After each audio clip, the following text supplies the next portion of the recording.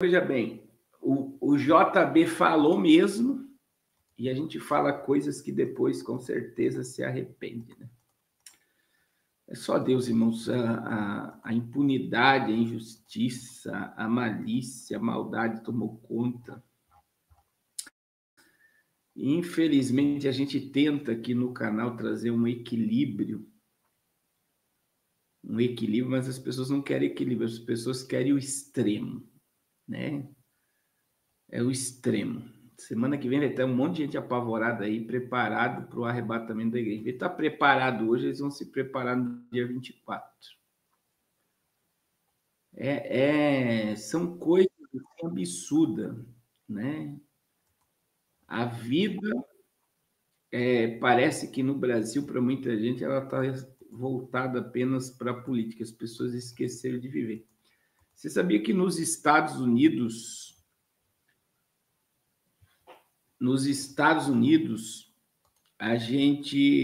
o povo não se envolve, né? Apesar que existe esquerda e direita, muito em política. Parece um absurdo que eu estou falando, mas é uma realidade. Então, o povo tem seu partido, ele esquerda e direita declarado, democratas e republicanos. Os democratas são de esquerda, republicanos de direita.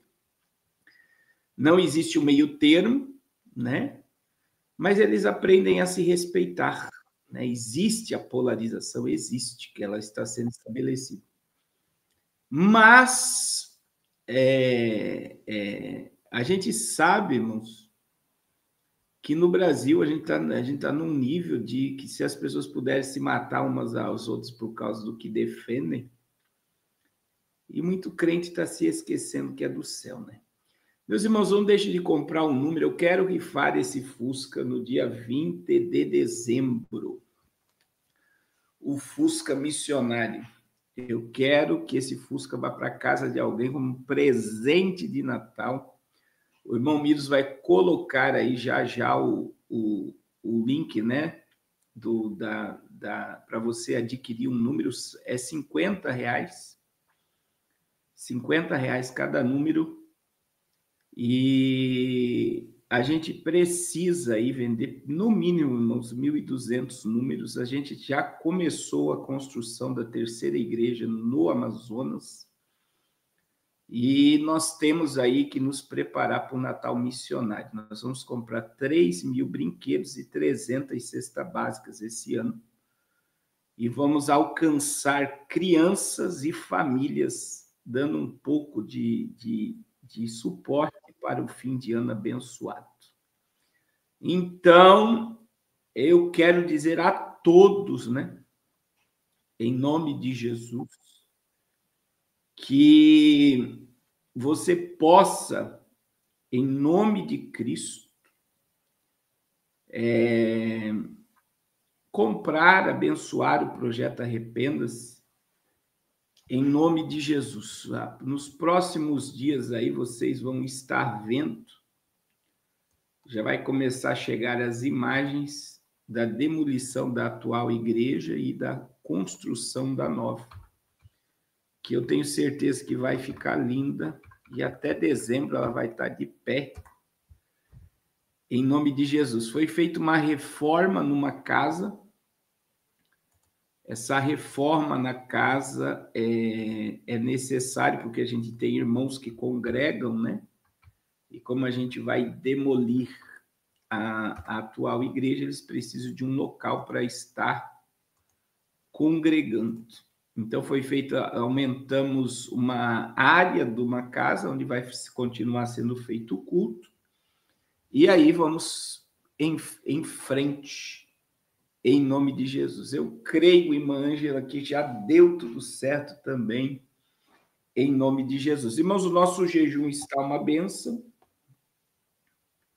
O nosso jejum está uma bênção para a glória de Deus, né? Para a glória de Deus. E eu gostaria muito que você, que não entrou ainda nesse propósito, entre.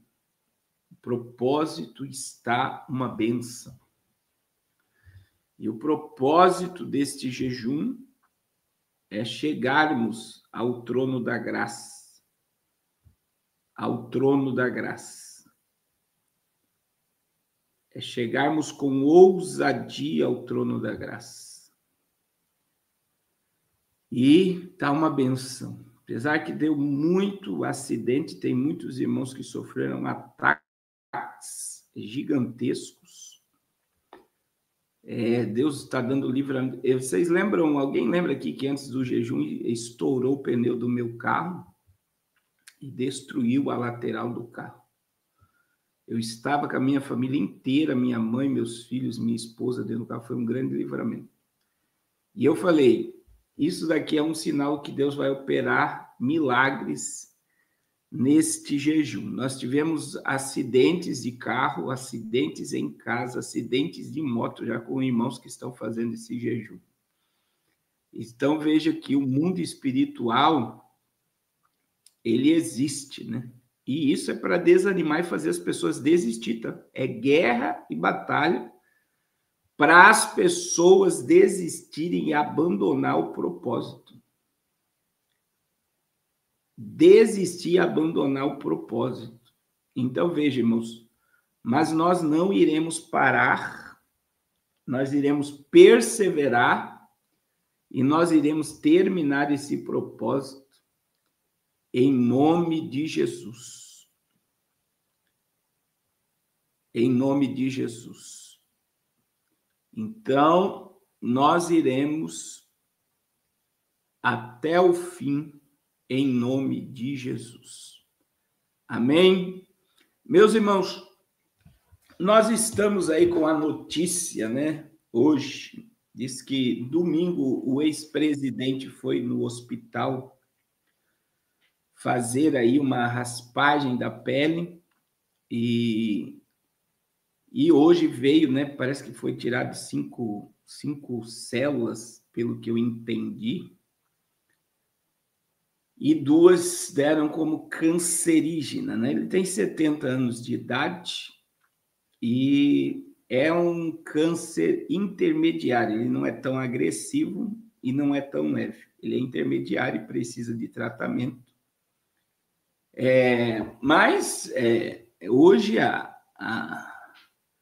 as redes sociais, né?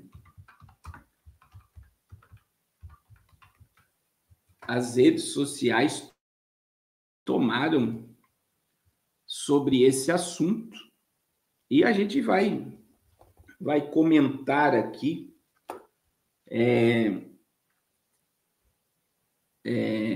Uma coisa é certa, irmãos. Agora, eu tenho certeza que a esquerda vai nadar dizendo que tudo isso. Eu não acredito que um médico ia fraudar um laudo tão sério como esse, né? Irmãos, não existe psicológico que aguente. Uma coisa é você olhar de longe, outra coisa é você viver o que ele está vivendo. Então, assim, eu digo assim, se fosse um cara que tivesse roubado, que tivesse usurpado, a maioria das pessoas que defendem que ele deve estar preso não sabe nem o que é democracia, meu irmão. Se você perguntar para 50% das pessoas que querem o Bolsonaro preso, perguntar para eles, me explique o que é uma democracia, eles não sabem responder. Se você perguntar para os 40% quanto é 10 vezes 15, eles não sabem responder. Então, assim, a gente está dentro de narrativas e as pessoas só pegam e continuam repetindo o que está ouvindo. Elas não estudam o que está acontecendo. Então, assim, eu digo assim, se ele fosse um criminoso que tivesse roubado, se tivesse dinheiro na cueca, se tivesse pago mensalidade para os deputados, que nem está vendo agora, o Lula liberou mais de 3 milhões de emenda para vetar a anistia, meu irmão. Mais de 3 bilhões em emenda para... Se fosse no outro governo, já estaria na mídia, estaria como um criminoso. Então, assim, não houve nada de corrupção no governo dele. Ele está sendo condenado por uma narrativa e agora ele está sendo, na minha visão, eu não sei qual é a sua visão sobre isso. A minha visão é que ele está sendo sepultado vivo. É isso que está acontecendo. Ele está sendo sepultado vivo. Porque você já vai ver, eu vou mostrar aqui, até os amigos, o presidente do partido dele, estão lhe abandonando. A pressão está tão grande, o Alcolumbre se alterou hoje, né? E detonou, porque ele sabe que vai vir embargo e sanções e eles estão culpando o filho dele. Então, assim, eles estão, a família inteira está sobre um ataque, a família inteira está sobre um ataque. E a única coisa que a gente precisa fazer, irmãos, é orar para que Deus sustente ele. Agora eu fico imaginando, né? Ele tem uma filha pré-adolescente, ele tem mãe, ele tem, né, que foi assaltada esses dias, a família dele foi assaltada esses dias. Ele tem filhos, ele tem netos, ele tem... Você tem noção? Imagine você perto, você não sendo família, tem gente que se estremece, passa mal. Imagine a família como está diante de tamanha injustiça. E vai ser crime falar o que eu estou falando aqui. Dizer que é injusto, mas é altamente injusto. Altamente injusto.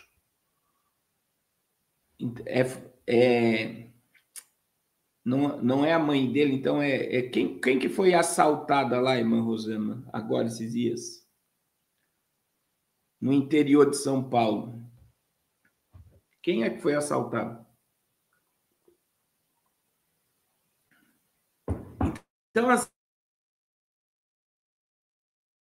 assim, foi a ex-mulher dele com os pais dela, pelo que deu a entender, é isso, né? Então, assim, é um absurdo. Nós estamos vivendo, assim, o que está acontecendo, e aí eu acredito que também esse laudo de câncer pode ser uma intervenção para ele não ir para Papuda. Só que você já vai ver, eu já vou mostrar algo assim que é de passar mal, como o Centrão quer tratar isso. Eu já quero mostrar, mas veja bem, irmãos. O laudo de Bolsonaro aponta câncer de pele, mas lesões foram retiradas e não há necessidade de tratamento adicional. Exame em lesões de pele retiradas no domingo apontou câncer em 2 das 8 manchas removidas, segundo o resultado divulgado. O laudo médico do ex-presidente, divulgado nesta quarta-feira, aponta um quadro carcinoma tipo comum de câncer de pele. Nas lesões que foram retiradas durante o procedimento cirúrgico do último domingo.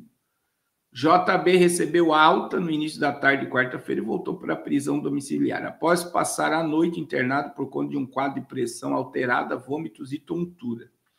O ex-presidente foi tratado com medicamentos por via endovenosa e recebeu hidratação. Com isso, apresentou melhoras dos sintomas e da função renal, segundo o boletim médico. Após a liberação dos médicos que acompanham o ex-presidente, Cláudio Birolini concedeu uma coletiva de imprensa e explicou o resultado para um tipo de câncer. Câncer de pele, a grosso modo, você tem 3 tipos de lesões, que é o carcinoma basocelular, o carcinoma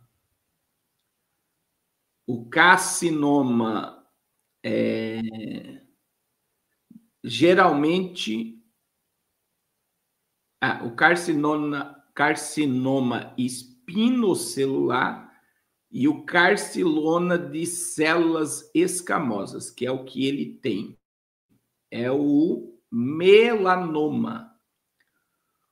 O carcinoma basocelular geralmente só tem crescimento local, mas é um câncer potencialmente grave que pode dar metástase, explicou o médico.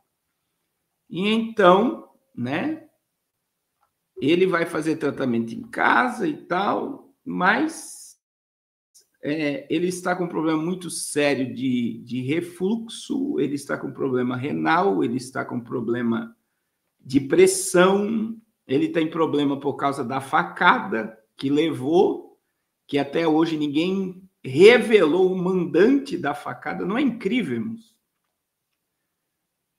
Não é incrível? Eles pegaram mais de 1.000 celulares 70 terabytes e vasculharam a vida de pessoas comuns, mas até hoje ninguém sabe quem foi que deu e mandou dar a facada. Então, assim, como igreja, eu vou dizer assim, como igreja, o nosso dever é orar, interceder, né? Para que Deus venha dar suporte à esposa dele, aos filhos dele, aos netos dele, às noras dele, e que ele venha ter psicológico para tudo isso que está acontecendo. E é triste, né? Triste. E é o dever de todo cristão,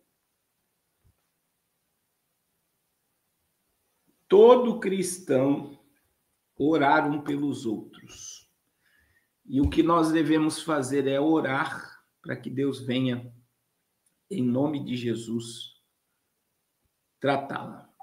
Venha curá-lo, venha dar principalmente suporte psicológico. Principalmente suporte psicológico. Por quê, irmãos? Presta atenção. Não adianta as pessoas pensarem que nós teremos anistia. Houve aí um acordo gigantesco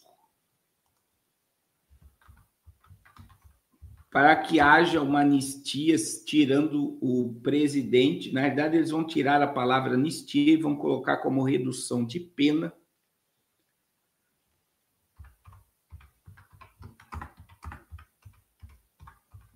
Redução de pena.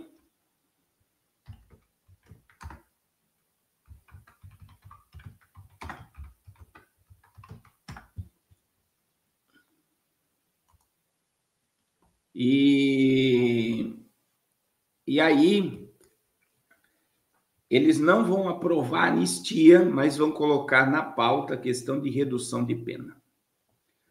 Então, olha aí, sem anistia, Centrão busca aval do Supremo para reduzir pena de Bolsonaro em 6 anos.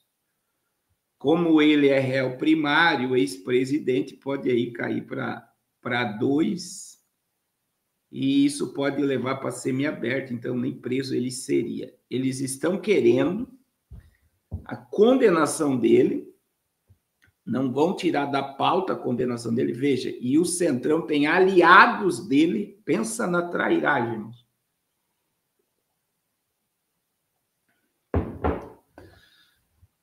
Pensa na trairagem que você está vendo aí diante dos teus olhos. É algo assim sem precedente.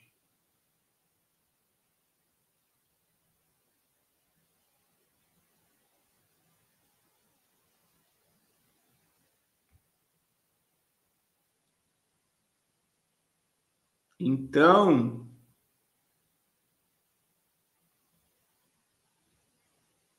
eu digo assim para vocês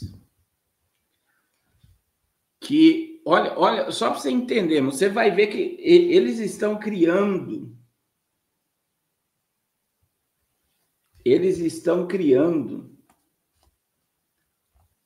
as narrativas absurdas. Presta atenção. Só que para reduzir a pena, a única forma de não tocar nele, presta atenção no que eu vou falar, é se os ministros não forem sancionados pelos Estados Unidos e nem o governo. E Trump, meu irmão, não negocia com esse povo. O governo americano não vai negociar. Então, olha só. Pena passaria de 27 para 21 anos e Bolsonaro continuaria inelegível. Ministros ouvidos pelo blog não se opuseram à proposta desde que o Centrão abandone a pauta da anistia. O Centrão tenta emplacar o aval do Supremo Tribunal Federal para reduzir a pena. Condenado de 27 para 21. Ministro do Supremo, ouvido pelo blog, confirma que proposta foi apresentada e não se opuseram desde que o CUPRE abandone a pauta da anistia ampla e restrita. A proposta é reduzir apenas acumulativas de golpe de Estado e de tentativa de abolição violenta do Estado Democrático de Direito. Ainda não está claro se será necessária alguma mudança na legislação para viabilizar a redução de pena. Já a possibilidade de prisão domiciliar, segundo o ministro da Corte, dependerá. Olha isso daqui, irmãos. Olha isso daqui.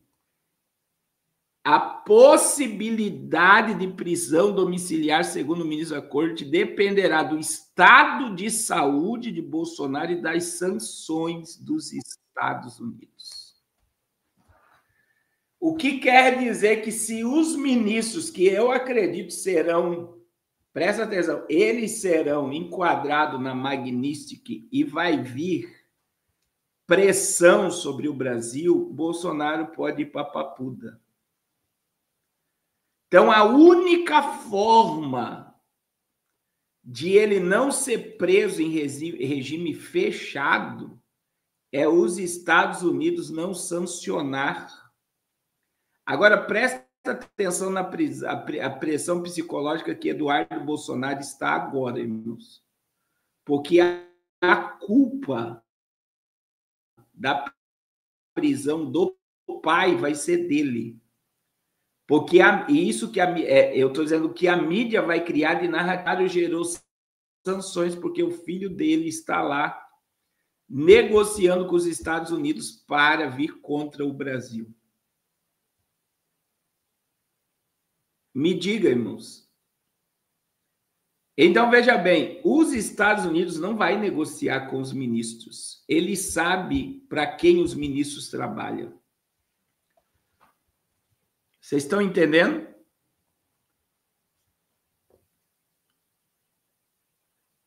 Vocês estão entendendo?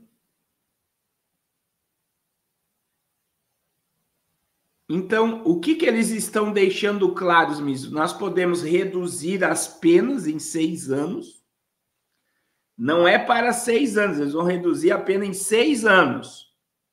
Mas ele só vai ser livre da prisão se os Estados Unidos não sancionar os ministros da Corte.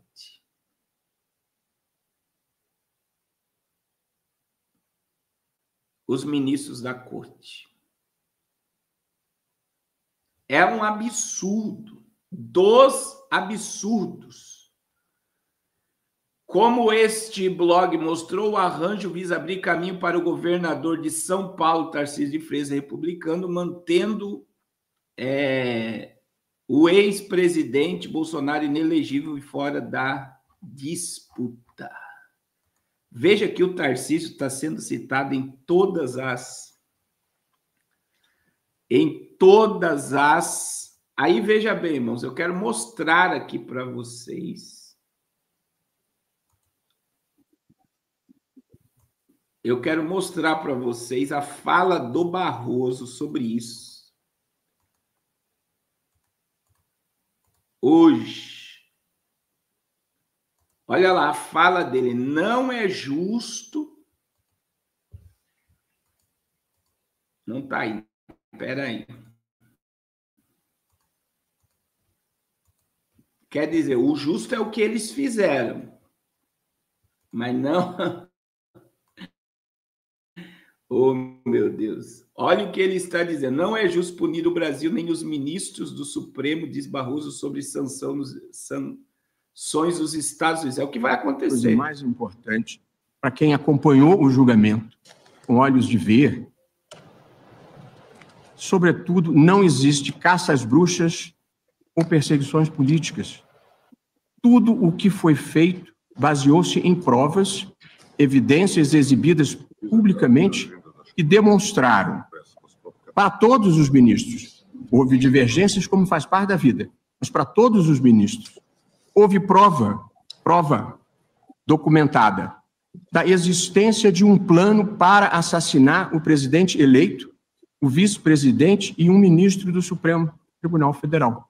Prova documental e confissão. Tá certo. Era um pensamento digitalizado. Mas existiu e foi impresso diversas vezes. Outra prova.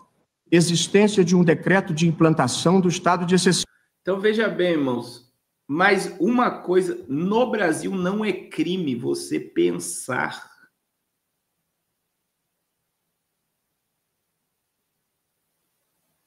Era o mais certo ele ir para o presídio do Exército, né? Agora você imagina, eles estão incriminando ele por algo que foi pensado por outras pessoas. Ele jamais, pelo que dá a entender nos autos ali, jamais aceitaria tal coisa. E existem falas e áudios dizendo que ele não iria aceitar, que ele não queria, que era para todo mundo esquecer o plano. Quer dizer, eles colocaram ele como líder de algo que ele não queria que executasse.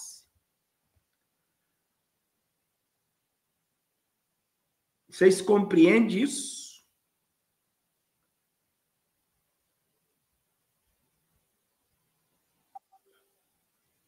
Então agora você está vendo que todos estão brabinhos, tá?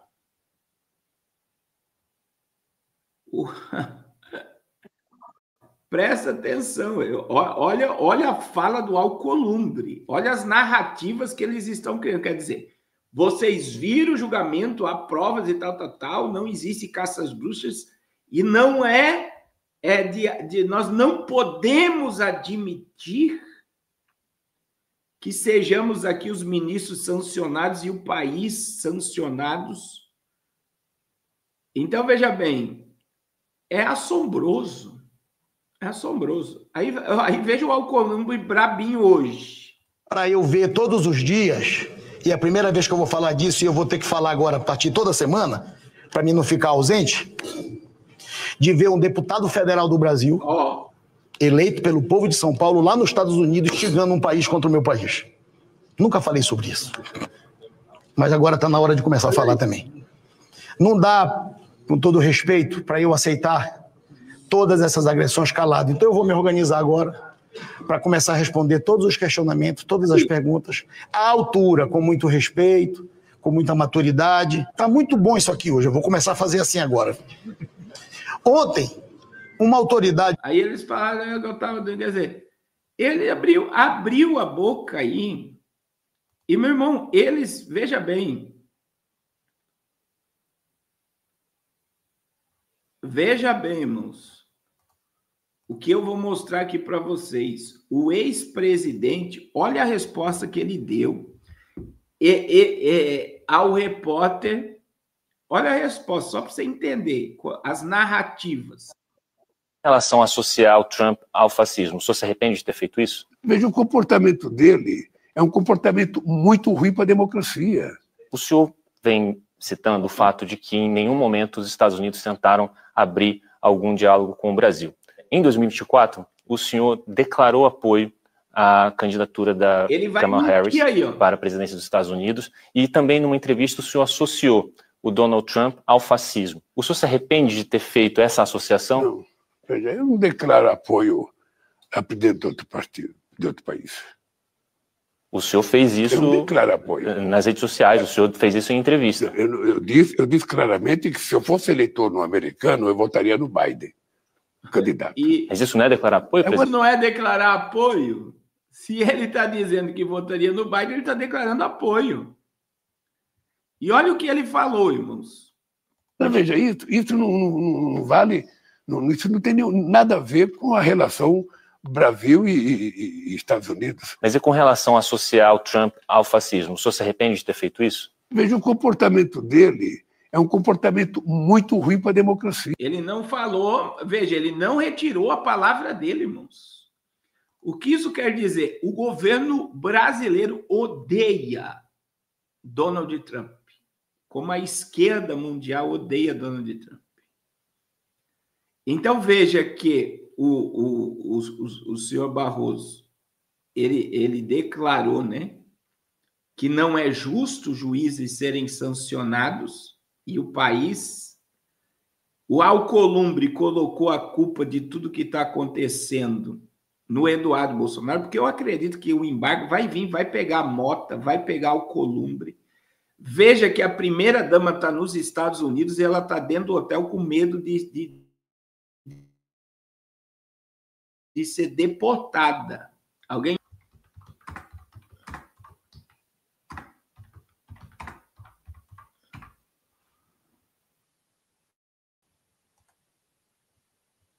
Então, veja bem, a primeira-dama já está em Nova York. Ela já está em Nova York para a ONU. Então, veja, teve um monte de gente com visto cancelado. Então, assim, nós estamos vendo um monte de narrativa, irmão. Só que agora, veja bem, nós estamos com as redes de TV falando.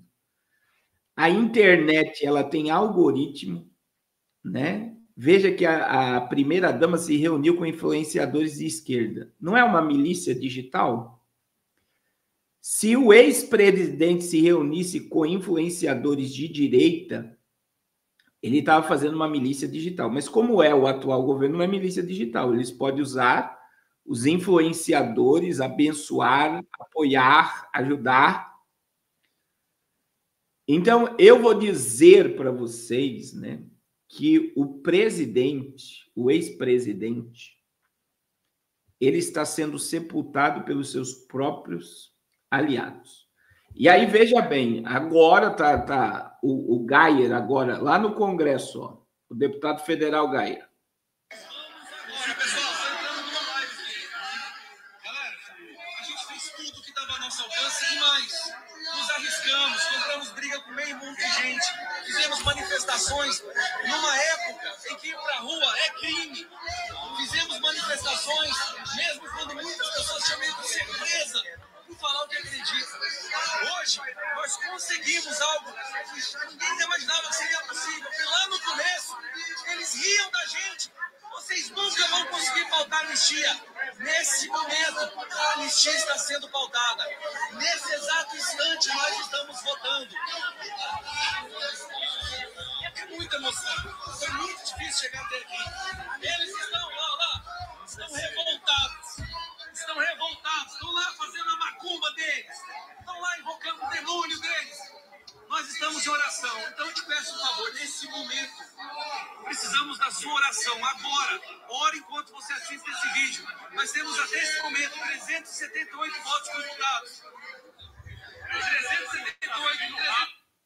É agora. A qualquer instante, depois da fala do Lindbergh, nós vamos saber o resultado.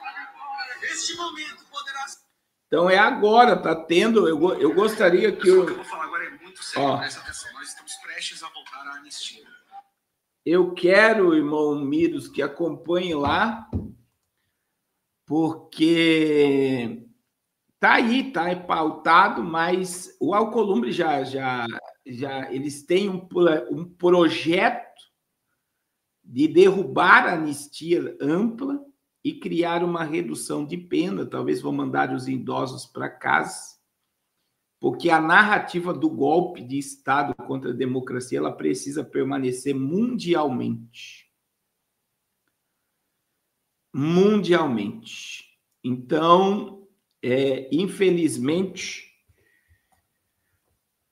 nós estamos vendo aí o verdadeiro golpe sendo estabelecido.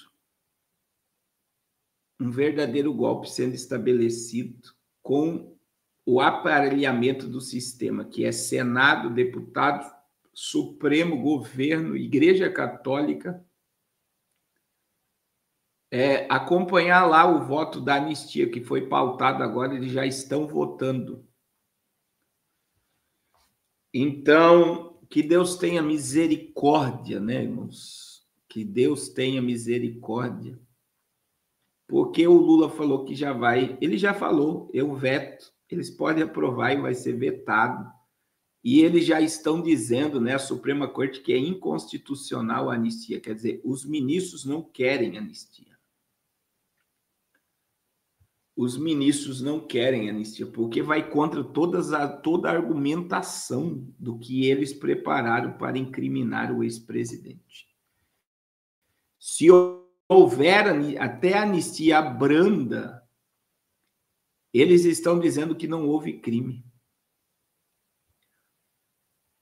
Então, é um paredão, meu irmão. É um paredão que eu não assisto TV, tá?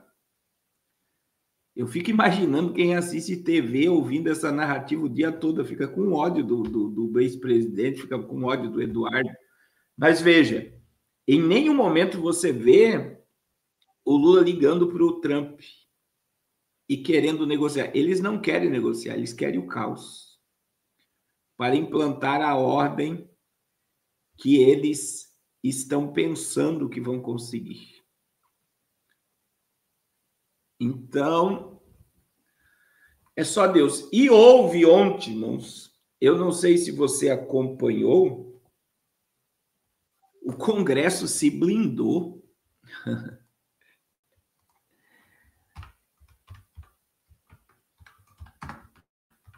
Irmãos, é um absurdo, tá? É um absurdo. A PEC da blindagem, eu vou dizer assim, que tem gente... Você vê que todos os de direita votaram a favor e o Centrão votou a favor, porque, irmãos, isso daqui é aprovado.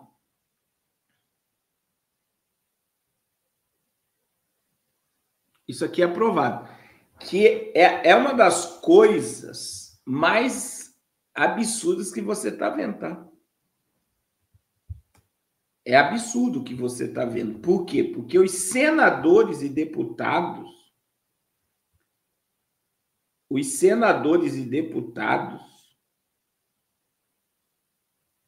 eles criaram um mecanismo de o Supremo não botar a mão neles.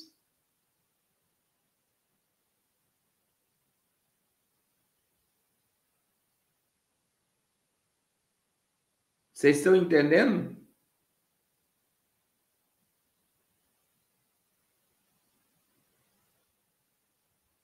É um absurdo. Então, hoje, se for aprovado, e veja que eu vi uma estratégia do Lula, falou para a esquerda não votar a favor, mas liberou o Centrão. Liberou o Centrão.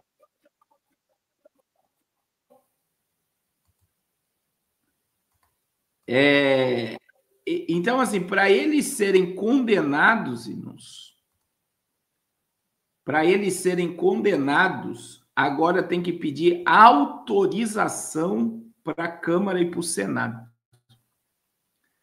Então, quer dizer, eles bloquearam a forma de serem atacados pela Suprema Corte.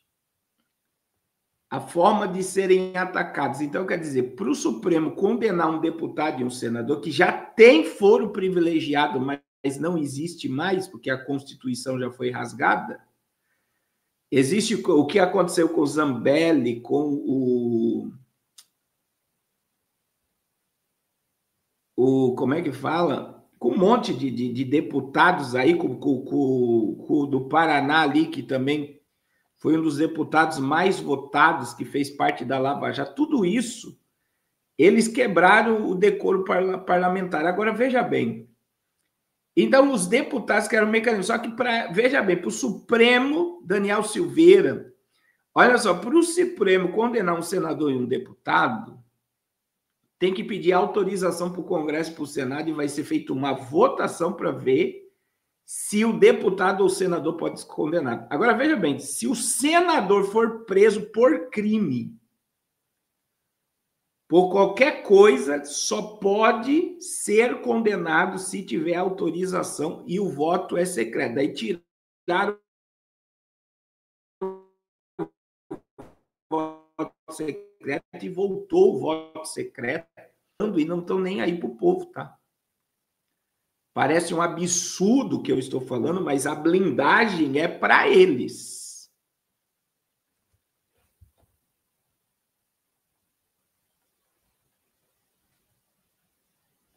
A blindagem é para eles. Então, veja, eles estão se protegendo. Eles estão se protegendo. E eles não estão protegendo os injustiçados. Existem as narrativas e as tentativas, mas o governo vai derrubar. Então, tá aí, tá tendo lá a votação ao vivo, eu já vou colocar aqui, mas eu preciso.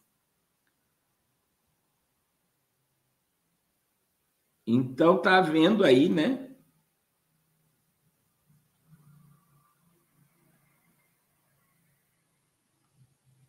A votação, os discursos, e a gente precisa analisar essa blindagem.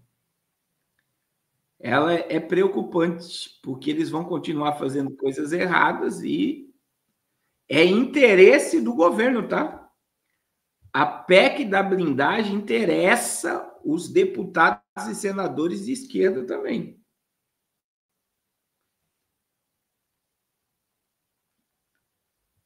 Então, vamos ver como é que está lá na Câmara. E olhar nos olhos dos militares. Vamos olhar para o futuro do Brasil. Este Brasil nasceu para dar certo. Apesar do momento difícil em que o país atravessa, a economia mal, mas nós, através do diálogo, vamos avançar para anistiar os presos políticos do 8 de janeiro. E com essa aguerrida bancada da oposição, liderada pelo líder Zucco, a minoria liderada pela Carol Detone e todos os colegas da oposição, nós vamos aqui dar um resultado enorme para mostrar ao Brasil que o Brasil vai caminhar rumo à pacificação. Queremos aqui, de verdade, dizer, com todo respeito, inclusive à esquerda, que um dia também usufruíram da anistia dada no ano de 1979. Quem sabe, vossas excelências, por um momento, possam deixar raiar no coração de vossas excelências a humanidade que todos nós temos. E vossas excelências sabem que no embate eu sou duro, mas na convivência pessoal eu sou respeitoso, inclusive com a esquerda. E se podem ouvir um apelo por humanidade, eu pediria a vossas excelências da esquerda que também votem pela pacificação do Brasil, para a gente votar a urgência desse projeto no dia de hoje. Que Deus ilumine a todos nós. Anistia já!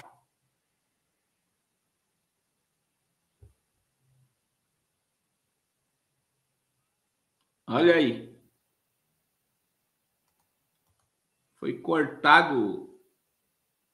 Pois, deputada Thalíria Petroni vai falar pela liderança e também soma o tempo de orientação em relação a esse pedido de urgência. A gente tem observado os líderes falando, então agora é a vez da deputada Thalíria. A minha questão de ordem, que eu pedi desde o início da sessão, embora o senhor não tenha concedido, ela é baseada no artigo 5º da nossa Constituição, inciso 43, que diz que crime de terrorismo não é passível de perdão ou de anistia, assim como tortura, assim como crime hediondo. E já há um entendimento do Supremo de que o que aconteceu no 8 de janeiro foi, sim, crime de terrorismo.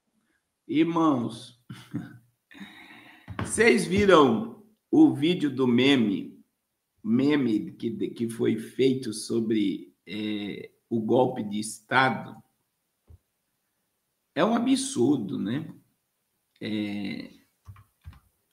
A gente está aí vendo que eles fizeram... Porque não tinha ninguém com arma, meu irmão.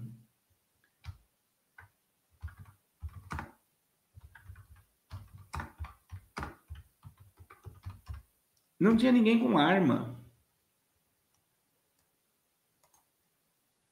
Não tinha ninguém... As pessoas estavam com Bíblia. Bíblia.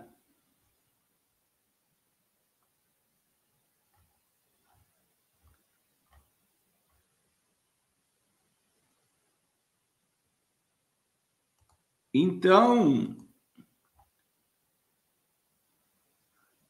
a gente vê que é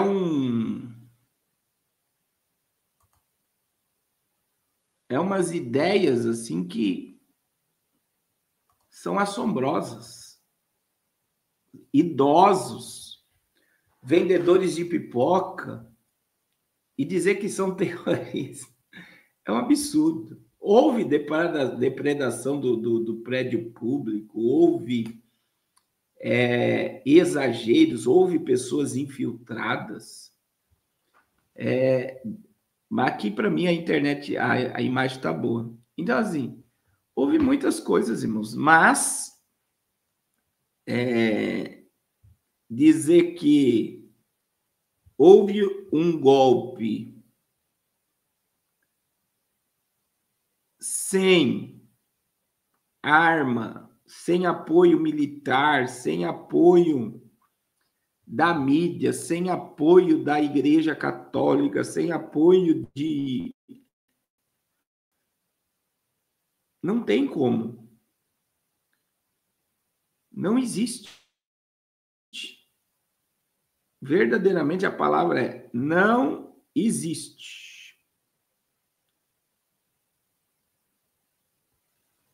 Então, criou-se uma narrativa. E, meus irmãos, a gente vai acompanhando aí, né, que agora os líderes dos partidos, né, os representantes dos partidos estão falando e depois eles vão liberar o resultado do voto. E lembrando que, se for aprovado, vai para o Senado. O Alcolumbre já mostrou aí, expondo o Eduardo Bolsonaro a sua indignação, porque eles sabem que se... Veja bem, o Mota está limpando a alma dele. Porque se for aprovada a anistia no Congresso, o Mota não vai ser embargado pela América. Agora, se o Senado barrar a anistia, vai sobrar para o Alcolumbre também ser embargado pelos Estados Unidos. Essa é a questão, né? Vai sobrar, é por isso que o Alcolumbre tá doente.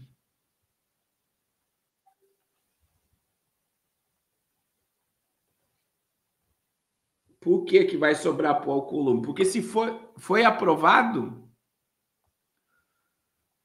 irmão, se foi aprovado, se já foi aprovado, quer dizer, o Mota tirou. O Mota tirou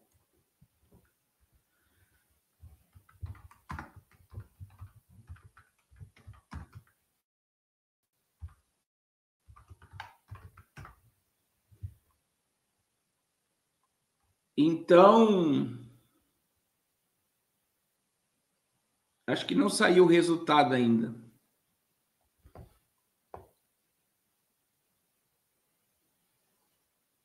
Ainda não saiu.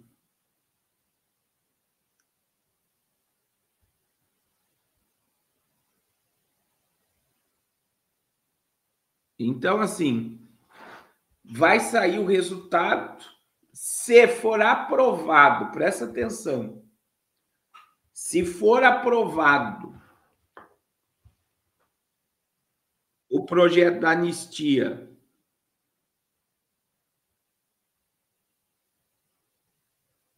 se for aprovado, presta atenção, se for aprovado,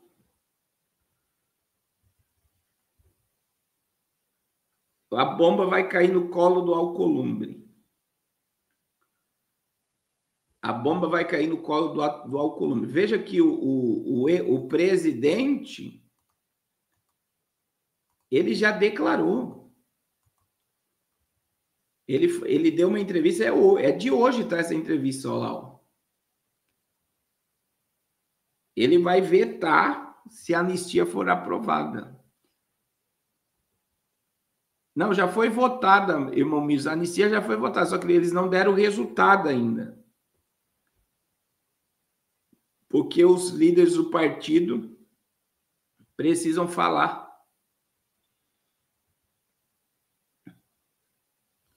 Aí pode ser que o Alcolumbre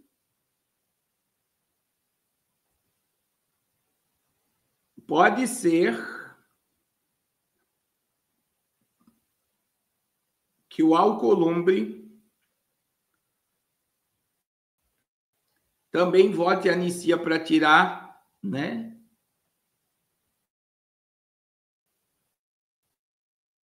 a sua alma da mão dos Estados Unidos. Aí vai sobrar para quem? Para os ministros da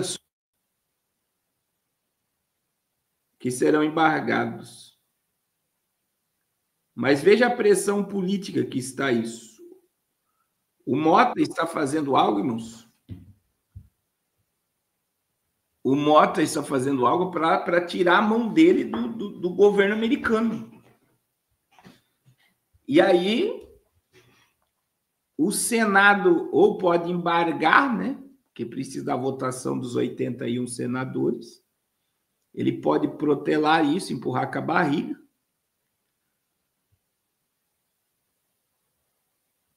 Mas existe todo um esquema sendo colocado aí. A pressão está gigantesca, né? A pressão está gigantesca. Aí, se o presidente vetar, aí volta para a Câmara e a Câmara derruba o veto. Mas até chegar nesse ponto, foi somente a urgência que foi aprovada. Então, presta atenção, irmãos.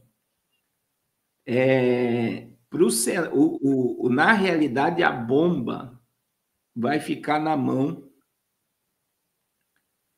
A bomba vai ficar na mão do Alcolumbre. E o Alcolumbre vai ser pressionado. Olha só, vai ser pressionado para que o Senado não leve à frente a anistia como ela está vindo. Então, eles podem mudar o texto, que seria aí a anistia light ou a redução de pena. E aí a Suprema Corte não iria. Por quê? Porque se eles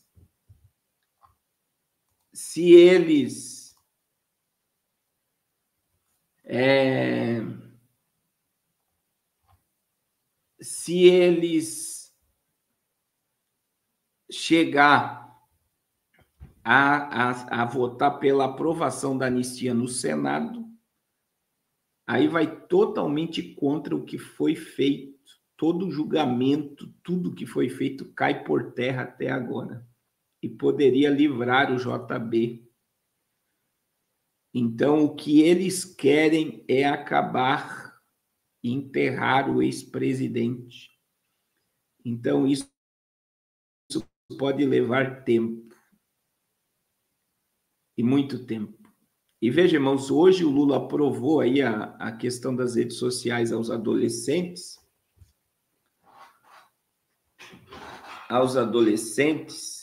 E ele já entrou com a pauta da regulamentação das redes sociais. Está acontecendo muito rápido. Muito rápido. Essa mudança, né? Política, veja, ontem a gente falou da reforma tributária, que criou uma teia que será um exemplo ao mundo. E agora nós estamos diante da pauta da regulamentação das redes sociais. Olha a quantidade de coisa que está em andamento, né? Você sabia que agora o cartão do SUS vai estar vinculado ao teu CPF? O cartão do SUS estará vinculado ao teu CPF. O que significa? Isso vai estar vinculado à tua conta bancária. Meu Deus, é muita coisa acontecendo. Meus irmãos, eu vou colocar um vídeo aqui. Eu já venho. A gente vai falar sobre Israel agora. E depois nós voltamos à questão da votação da anistia.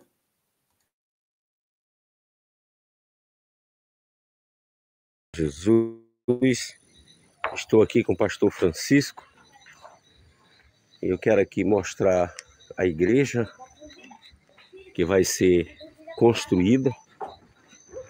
Essa é a igreja aqui do Beco 30, no Ribeirinho. Aqui a laga, né? Ela é bem alta, ela é 6 metros de altura. E aqui eu quero mostrar a areia. Foi conduzida da praia já para a construção. Aqui está a igreja, a areia da igreja. Aqui está a madeira.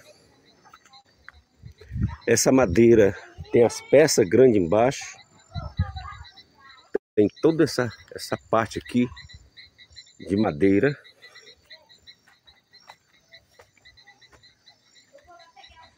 Muita madeira. Tem mais aquela outra parte ali também. Vou mostrar aqui mais de perto.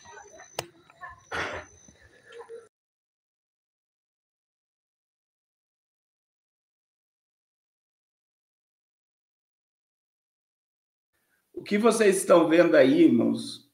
O que você está vendo aí vai ser demolido. Ó. Nós vamos derrubar essa casa. Vamos fazer as colunas de concreto e vamos erguer, então, um novo templo aí. É o local onde nós temos aula de violão, de violino, de culinária, de costura, de artesanato para as crianças do Ribeirinho. Nós vamos montar uma estrutura maravilhosa, graças à ajuda de vocês. Irmãos, eu vou, para concluir essa questão da anistia, e depois a gente volta para ver o resultado do... Eu vou dizer assim, a anistia ela só vai acontecer em 2026 com um novo presidente. Com um novo presidente. Ela só acontece em 2026 com um novo presidente. E com um Senado renovado e uma Câmara de Deputados renovada que tem poder de impeachment os ministros da Suprema Corte. Se não houver uma mudança no Senado e na Câmara de Deputados, também não terá como o governo se descambar para outro lado. Então, nós precisamos, né? Meu Deus, que palavra horrível eu falei. Pender para outro lado. Não sei nem de onde eu tirei essa palavra, foi da minha mente agora. O descambar. Irmãos, olha só, nós estamos vendo Israel nesse exato momento, né, entrando na faixa de Gaza. Então, está havendo um êxodo na faixa de Gaza gigantesco, né? É um êxodo gigantesco de pessoas que estão saindo dos assentos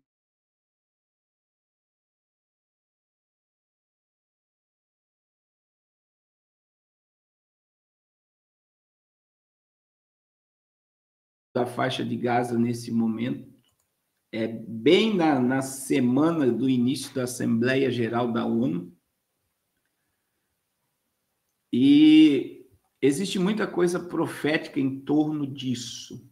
32, olha, um dia depois, gente, de começar aquela ofensiva que a gente já tinha falado ontem, que vai tomar a cidade de Gaza. Israel anunciou que atacou pontos que são alvos do Hamas na cidade. O Luca Bassani vai chegar agora, nosso correspondente direto da Europa, com todos os detalhes. Luca, a impressão que eu tenho é que a cada nova ofensiva, a justificativa de Israel é que está sendo para acabar com o Hamas, que está sendo para matar mais um líder do Hamas. Assim, só tem essa justificativa, né? Eu tenho essa impressão, mas me corrija se eu estiver errado.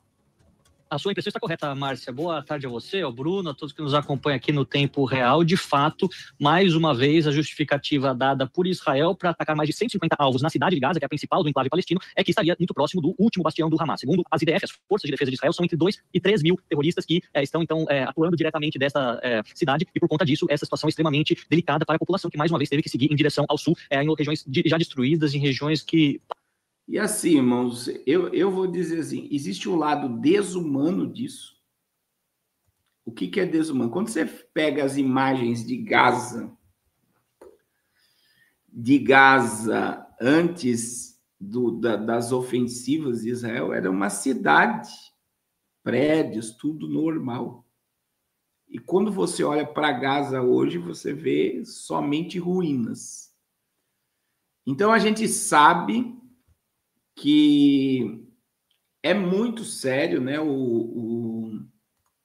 Tem muita gente fugindo.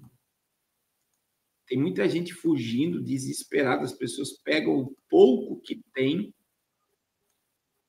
O pouco que tem, olha aí, ó, como é que tá. Oh, meu Deus. Vou mostrar para vocês as imagens. Vocês estão ouvindo barulho, mas estão vendo as imagens. Olha só a multidão de pessoas saindo de Gaza.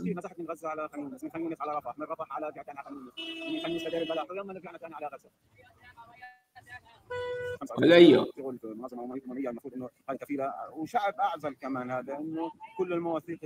Estão dizendo que a organização da ONU devia proteger o povo, mas não protege. Não tem segurança, é a melhor forma de fugir. Olha só a quantidade de pessoas sendo tiradas. E a gente já tem uma estrutura, né? O senhor Jared Kushner, ele já apresentou o projeto para Gaza em 2024 na Universidade de Harvard, que é uma Gaza futurista com prédios, olha aí, com orla marítima, com praia. Gaza vai virar uma Balneário Camboriú, com muito empreendimento, com petrolíferas, e eles estão aí entrando. Claro que o Hamas é uma célula do Irã que eles querem exterminar, mas na minha visão, irmãos, eu vou dizer assim, a minha visão,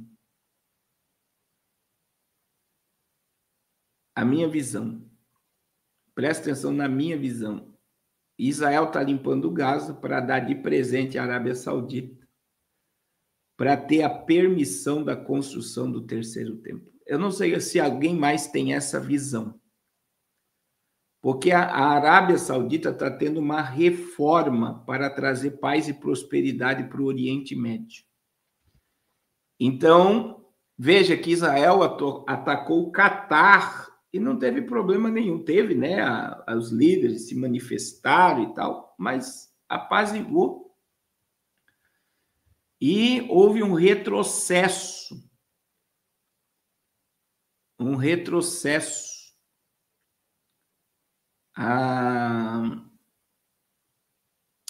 A tudo aquilo que o Catar falou que ia retalhar e tal. Então, o que está acontecendo é que Israel vai limpar Gaza e vai entregar para a Arábia Saudita. E a Arábia Saudita, alguns dizem, veja que eu já ouvi alguns falarem que Israel vai propor transferir a mesquita para Gaza, para bem entre aspas, que Israel é contra essa fala de um Estado palestino.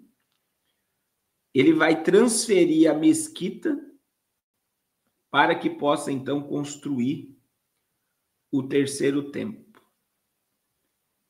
Então, isso traria muita paz, muita prosperidade, muita tranquilidade para a região. Só que existe o lado, irmãos, a gente sempre diz, né? O povo é usado como massa de manobra. Veja, as pessoas que estão saindo das suas casas, elas estão indo, irmãos.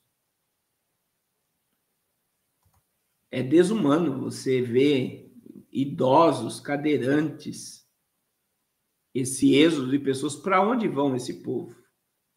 Qual assentamento aonde que eles vão estender tendas? São pessoas, muitas tinham casas.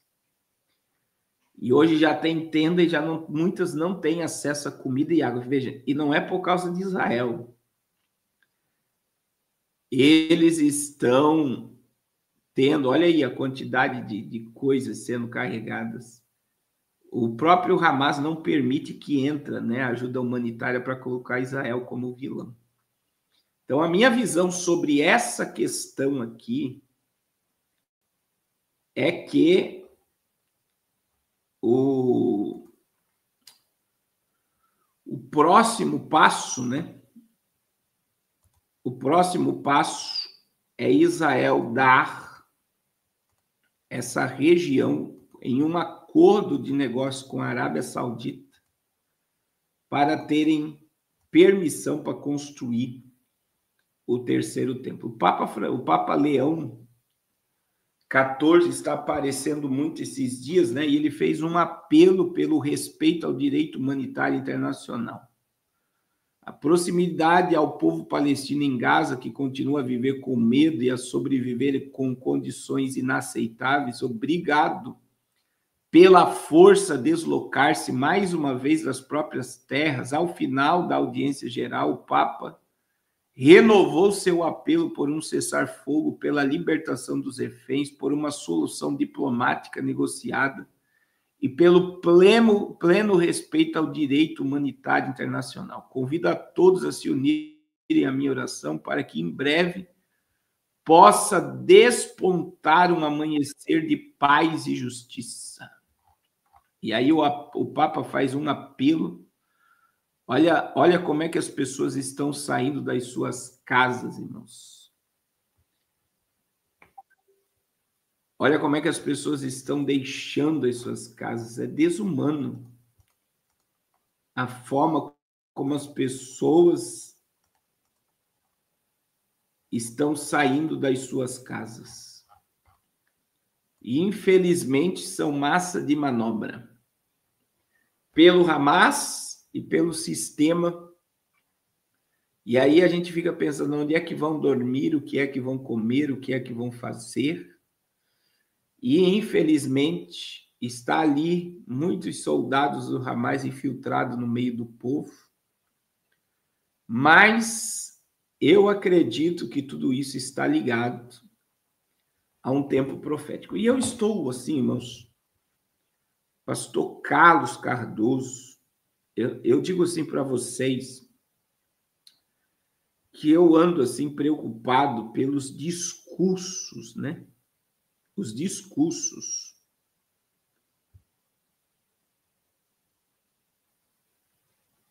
que está vindo dos pastores.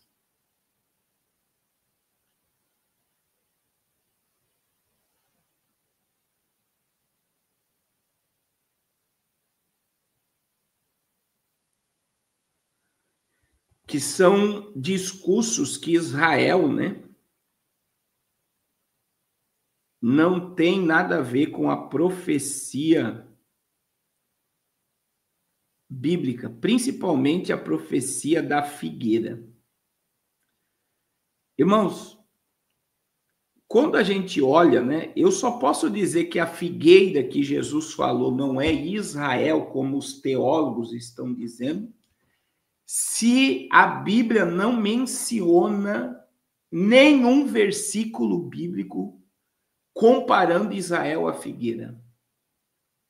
Então, veja, na Bíblia, Israel ela é, presta atenção, ela é comparado, presta atenção, ela é comparada à videira, que é o símbolo da frutificação espiritual de Israel.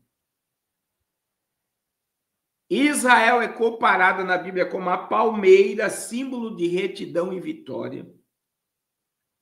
Israel é comparado na Bíblia como o cedro do Líbano, símbolo de glória e força de Israel. Israel é comparado na Bíblia, principalmente no Novo Testamento, como a oliveira, símbolo espiritual de Israel. Mas veja, irmãos, no Antigo Testamento, a figueira, ela representa Israel, como no Novo Testamento, como a parábola da figueira. Então, veja, no Antigo Testamento, quando a gente lê Jeremias 24:5, assim diz o Senhor, o Deus de Israel, como a este figos bons, assim reconhecerei os de Judá.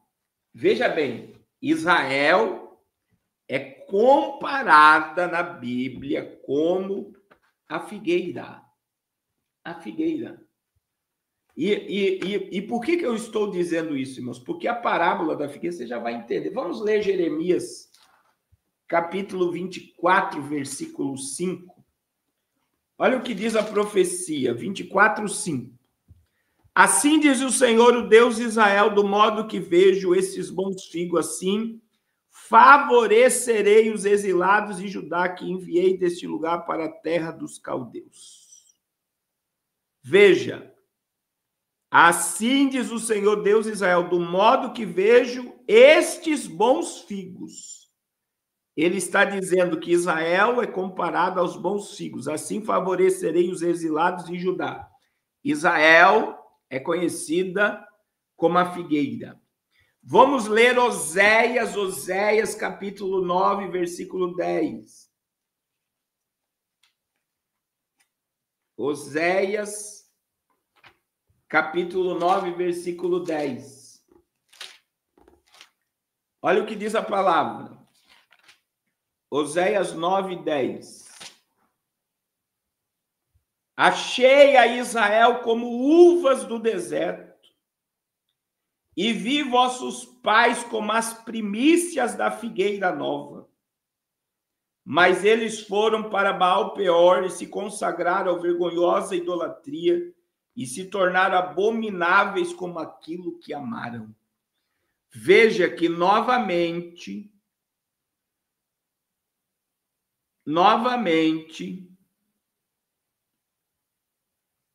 Israel está sendo comparado como o quê? A figueira.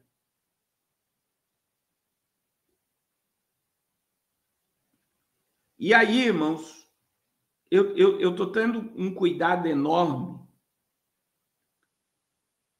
porque a gente vê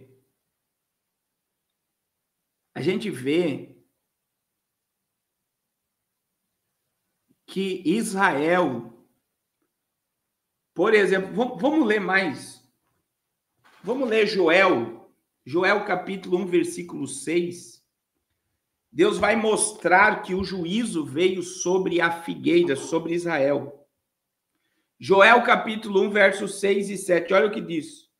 Cortada está a casa do Senhor a oferta de manjares, a libação, os sacerdotes e os ministros estão enlutados.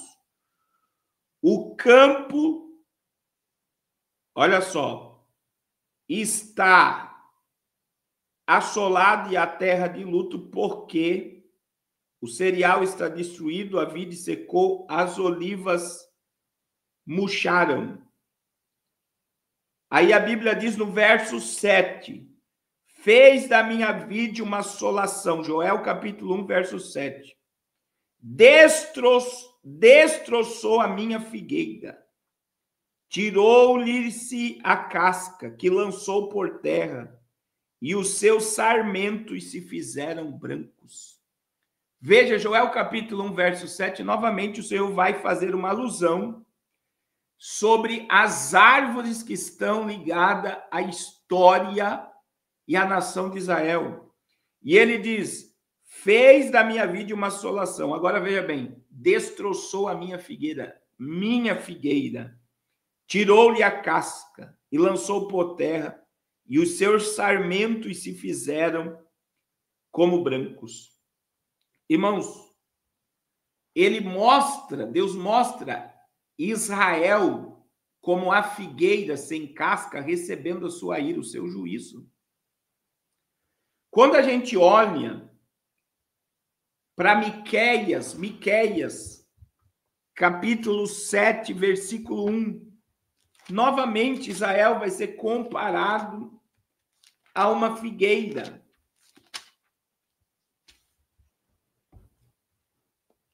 E veja, novamente, o Senhor vai falar sobre o fruto, né? Olha o que diz, Miqueias 7:1. Ai de mim, porque eu estou como quando são colhidas as frutas do verão, como os rabiscos da vindima. Não há cachos de uva para chupar, nem figos temporãs, que a minha alma deseja. E aí, quando você pega o contexto profético de Miqueias 7:1, a ausência de figos simboliza a falta de justiça em Israel. Pastor Carlos, o que o senhor quer dizer? Se Deus utilizou-se do figo e da figueira para representar Israel no Antigo Testamento, por que Israel não pode ser representada na profecia de Mateus 24:32 como a figueira? E eu vou falar algo aqui, irmãos, que pastores, eu não vou dizer, muitos talvez estejam na ignorância, ignorando Israel no âmbito profético. Mas nós temos que cuidar com uma teologia antissemita. Antissemita. Se Deus comparou Israel como a figueira no Antigo Testamento, em Miqueias 7:1, Joel capítulo 1, versículos 6 e 7, Jeremias 24:5, Oséias 9:5, e aí vem os frutos, as árvores, né, que eu citei aqui. A videira simboliza Israel, a palmeira representa Israel, o cedro do Líbano representa Israel. Então, veja, a videira e a oliveira representam Israel e a figueira na Bíblia representa Israel. E por que pastores não querem dizer que Israel é a figueira? Porque nós estamos diante de uma teologia, eu vou dizer com temor no meu coração, antissemita. O que isso significa? É querer apagar Israel no cenário profético, é ir contra Israel e é ir contra o Deus Israel. E eu estou vendo teólogos,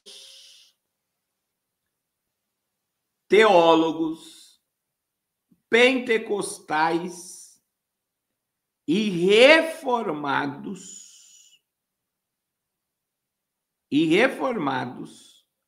dizendo que Israel não tem nada a ver com a volta de Jesus. Sendo que, aí entra, né? Vamos lá para Mateus 24:32. Sendo que, meus irmãos, não tem como nós desvincularmos Israel desse cenário profético, porque Jesus em Mateus 24:32, ele está falando sobre um tempo profético. E isso ali, para muitos teólogos, ele está falando sobre aquele período ali do florescer da figueira e pronto. Não, existe uma mensagem profética no sermão profético. Nós estamos, capítulo 24, 25 de Mateus, Marcos capítulo 13, Lucas 21, nós estamos diante de um cenário que Cristo está deixando como sinais da sua vinda. Então, existe uma mensagem em todos os sinais que estão aqui relacionados à sua volta. Relacionado à sua volta. Se você pegar o capítulo 24 inteiro, capítulo 25 inteiro, você vai ver a tribulação, o princípio de dores, tribulação, grande tribulação, sinais da volta de Jesus, e eu tirar Israel desse cenário, desse contexto profético, é muito perigoso o que os teólogos estão fazendo, dizendo que a figueira, que não tem nada a ver com Israel. E é muito simples entender isso daqui. É muito simples. É muito claro, é muito nítido entender a parábola da figueira. Não é difícil você compreender a parábola da figueira. É simples. Veja, a parábola da figueira. Aprendei, pois, esta parábola da figueira. Quando já os seus ramos se renovam e as folhas brotam, sabei que está próximo o verão. Assim também, quando virdes todas essas coisas, sabei que está próximo às portas. Quem é que está próximo às portas, ligado à figueira? É Jesus. Verso 34. Em verdade vos digo que não passará esta geração sem que tudo isso aconteça. Passará o céu e a terra, porém as minhas palavras não vão de passar. Então veja, irmãos, o contexto aqui é bem simples entender isso aqui. Quando Jesus proferiu a parábola da figueira, Israel não estava seca. Por que Israel não estava seca? Porque Israel tinha templo, Israel tinha sumo sacerdote, Israel tinha terra, Israel tinha sinédrio, tinha política. Israel era uma nação quando Jesus proferiu. Então Israel não estava seca. Jesus estava apontando para o futuro. Jesus estava falando para a figueira secando e a figueira voltando a florescer. Quando é que a figueira secou? No ano 70, a destruição de Jerusalém e veio a diáspora. Os judeus foram espalhados sobre a face da terra. Passou-se mais de um milênio, a figueira estava seca, não tinha mais domínio sobre a terra de Israel, os judeus. Quando é que a figueira voltou a florescer? Quando é que a figueira voltou a florescer? No dia 14 de maio de 1948, quando Israel é reconhecida como nação novamente. Israel volta a ter política, terra. O que falta acontecer para Israel ser totalmente estabelecida? Falta o templo e o Messias, que é o anticristo, se manifestar para a profecia se cumprir. Então, o que muita gente não quer acreditar, meu irmão, é o que Jesus disse no verso 34. Não passará a geração do florescimento da figueira sem que tudo isso aconteça.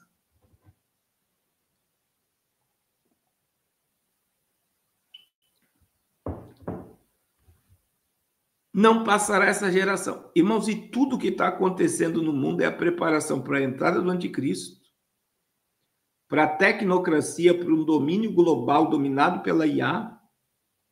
E tudo que está acontecendo no Oriente Médio, essa paz e prosperidade que os árabes estão buscando, Israel limpando a faixa de Gaza para oferecer para a Arábia Saudita para eles construir o terceiro templo, está ligado ao que está acontecendo. Vocês estão vendo isso acontecer. E eu acredito que esses pregadores que querem tirar Israel do cenário profético, dizendo que Israel não tem nada a ver com a volta de Jesus, porque muitos ainda estão aderindo um novo termo na escatologia, que é a iminência, né, que nós devemos estar prontos. Eu acredito também nisso. Eu não devo ficar esperando sinais. Eu preciso estar pronto hoje. Eu não posso ficar pronto dia 24 de setembro. Eu tenho que estar pronto hoje. Mas veja que todo esse contexto que eu estou falando para você está sendo arrancado. Por que eu estou falando isso para vocês? Porque essas pessoas que se levantaram contra Israel ser a figueira e Israel ser um sinal da volta de Jesus, veja que tem pastores em que Israel não é o relógio de Deus. Eles estão aderindo a uma teologia antissemita. é perigoso, talvez por cegueira. Por cegueira, meu irmão. Por cegueira. E eu estou aqui fazendo uma defesa embasada na palavra de Deus, que nós somos a geração da figueira, e eu disse ontem e volto a dizer hoje, nós somos uma geração que, se não formos arrebatados, entraremos no Apocalipse. Não pense que isso vai demorar 100 anos. O Apocalipse está diante dos nossos olhos. E o único meio de você se livrar do Apocalipse é através da volta de Jesus, o arrebatamento da igreja. Então veja que a gente vê que tudo, a mulher vestida de sol de Apocalipse 12 é Israel. E o que representa a vestimenta de sol da mulher que nasceu o Messias, Israel? A vestimenta de sol representa a glória de Deus que envolve Israel. Meu irmão, você vê Israel ressuscitada como nação e se preparando para construir o terceiro templo.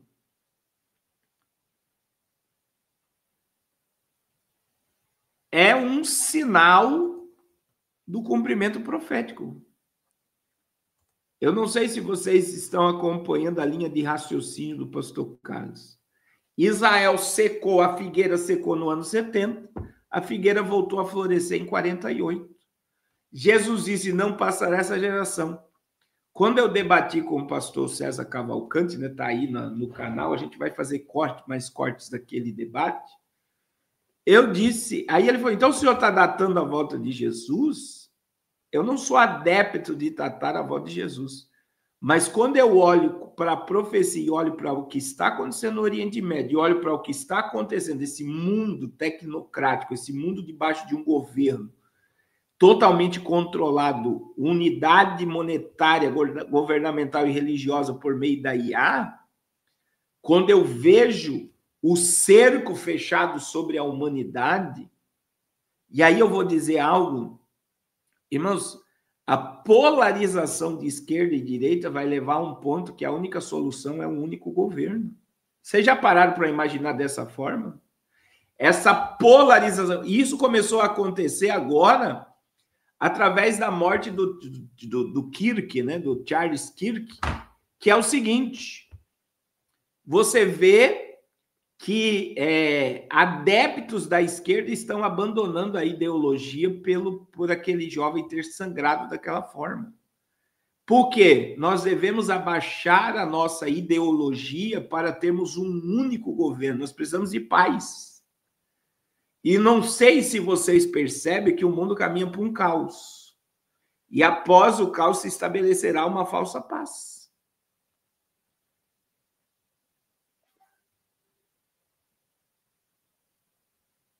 Então, você vai ver, se você não for arrebatado, o mundo clamar por alguém que pacifique. Então, vai ser um único governo.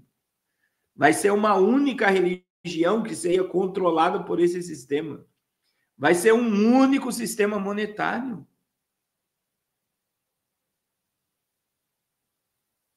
Então, assim, irmãos, é muito claro que nós estamos vendo. E você dizer, né, como alguns pastores, Israel não é... Eu já vi pastor pentecostal, tá?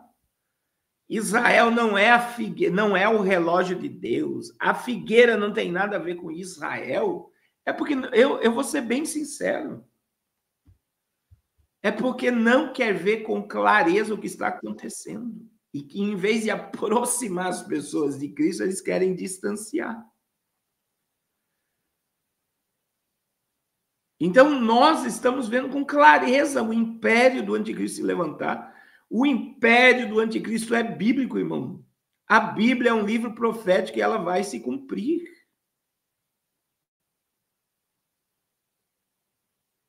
Então, eu digo que é muito perigoso essa visão que afasta Israel do contexto profético. E aí vem, claro, quando você estuda Romanos E aí o problema é que ele só pega o capítulo 9, né? Mas existe o contexto de 8, 9, 10 e 11. Você precisa estudar o 8, 9, 10 e 11, os 4 capítulos, para você entender o contexto de Israel. Nós precisamos entender o contexto da igreja que surge nesse projeto. Mas, meus irmãos, eu já falei aqui numa live, você já parou para imaginar?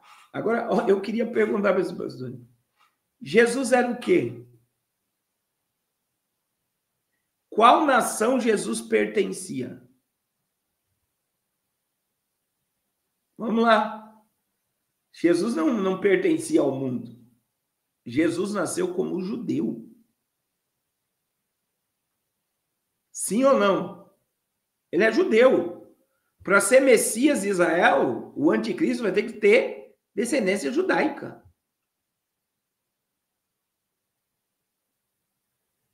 Aí veja, o povo de Israel, ele surgiu antes da igreja.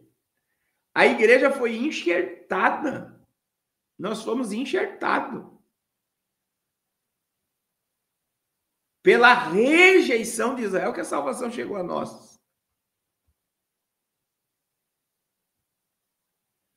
E eu estou vendo o que aconteceu na Reforma Protestante. Porque na Reforma Protestante, Lutero, é perigoso dizer isso para muita gente que muitas vezes não conhece a história, Lutero se levantou contra os judeus.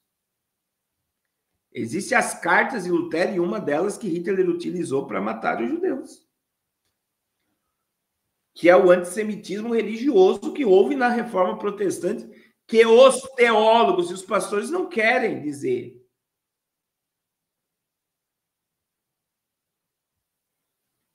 Os teólogos protestantes não querem afirmar isso.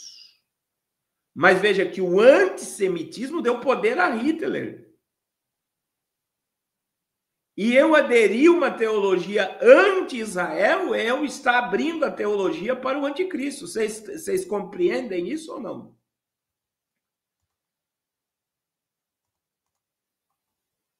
Eu dou liberdade aqui para vocês pensar comigo.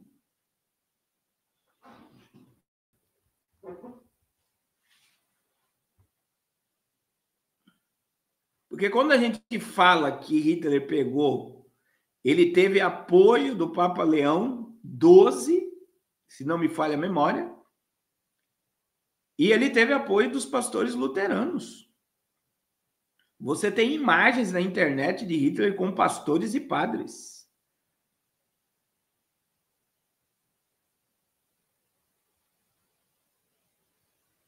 Então, veja, eu digo, irmãos, o anticristo ele vai se utilizar das religiões.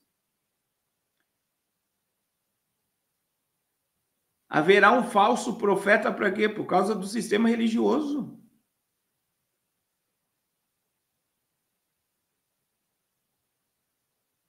Então, as pessoas,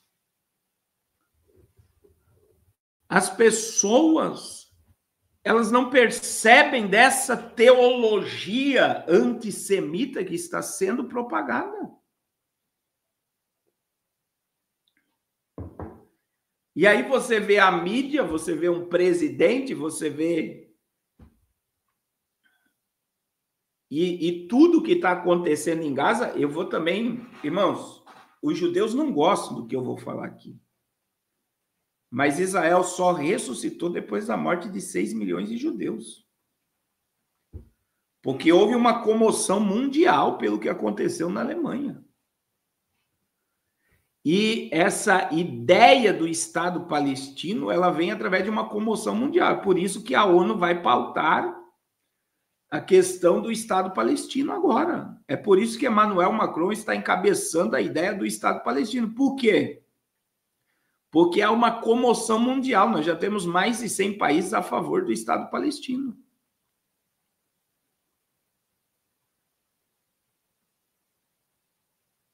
Então, há uma comoção mundial porque é desumano o que está acontecendo em Gaza.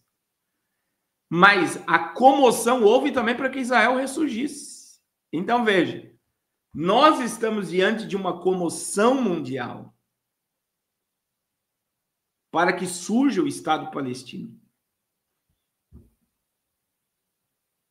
Só que esse pseudo-Estado palestino ele vai ter uma ligação muito forte entre a Arábia Saudita e Israel. E nós estamos vendo Ismael de mão dada com Isaac. Os árabes estão muito ligados a Israel.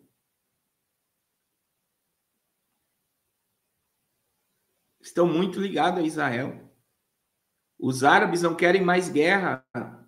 E vejam, irmãos, quando o surgimento do Estado de Israel, após a Guerra dos 6 Dias, já houve a ideia do Estado palestino, e quem não quis o Estado palestino foi os árabes. Porque eles não aceitaram o Estado palestino com o Estado de Israel, eles queriam o extermínio do Estado de Israel. Hoje, os árabes querem a solução de 2 estados. Quem não quer é o Irã. E o Irã perdeu a força no Iêmen, o Irã perdeu a força na Síria, o Irã perdeu a força no Líbano e o Irã está perdendo a força na faixa de Gaza e o Irã foi atacado este ano. Deus abençoe a Érica da Argentina. Então, veja que o Irã, que não é árabe, é persa, ele está sendo eliminado, ele está sendo enfraquecido, para se estabelecer um período de paz e prosperidade no Oriente Médio. E isso é profecia pura.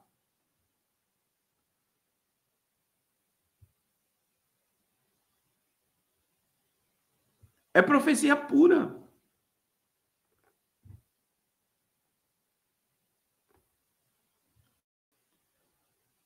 Então, eu estou aqui dizendo às pessoas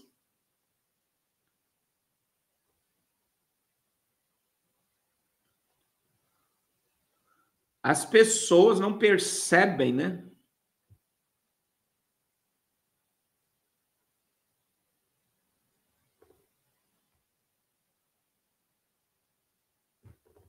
As pessoas não percebem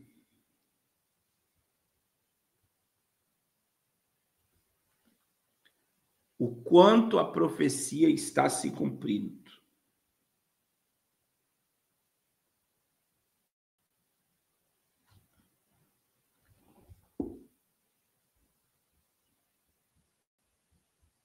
As pessoas querem se afastar do cumprimento profético, porque a profecia está tão clara, irmãos, para nós vermos e percebermos elas, que muitos não querem acreditar que tudo que está acontecendo está relacionado à profecia.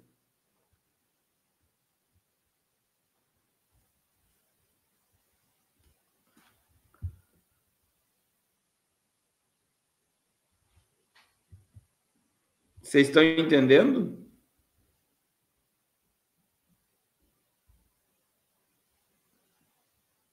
Elas não querem acreditar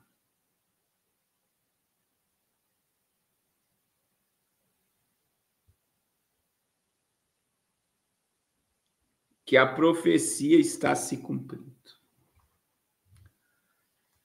É triste, mas é essa a realidade. Eles não querem acreditar que a profecia está se cumprindo.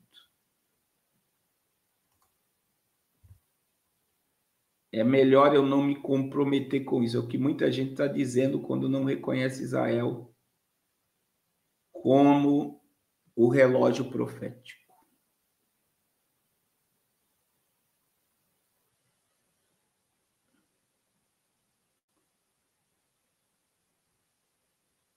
O relógio profético.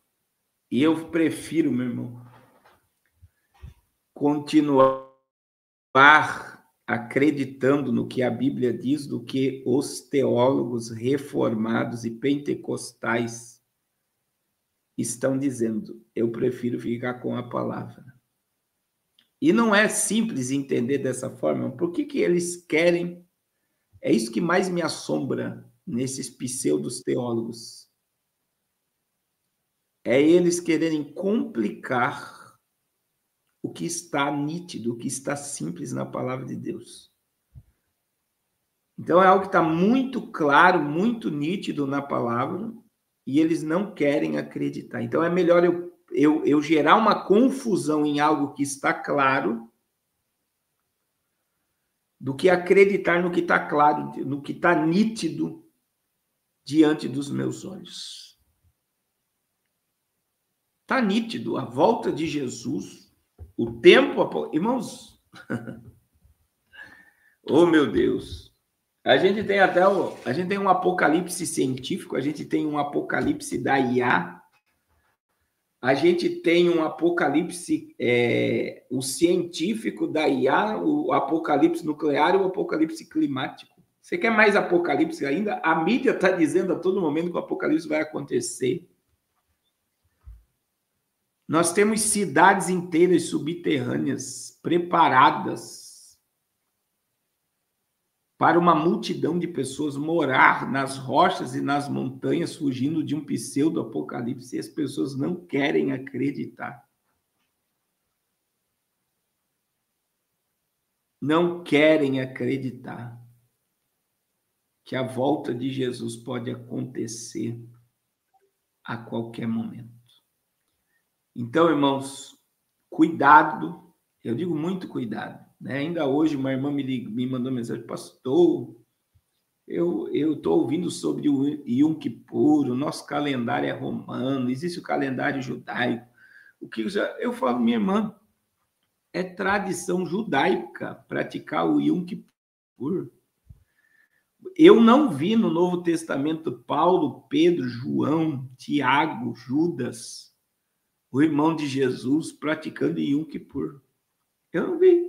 Alguém já viu a igreja no Novo Testamento praticando Yom Kippur? Você não vê. Por quê? Porque o sangue de Jesus nos purifica de todo pecado, não há mais condenação sobre nossa vida, não há mais necessidade de derramamento de sangue. Então, quer dizer, o Yom Kippur é o dia do perdão do pecado, é o dia da expiação. Já não houve a expiação pelo nosso pecado? Sim ou não? Já houve. Agora, é um jejum que nem assim, eu disse para a irmã, presta atenção. Eu não critico quem vai fazer um jejum. É importante fazer o jejum. É um jejum de humilhação mesmo, meu irmão.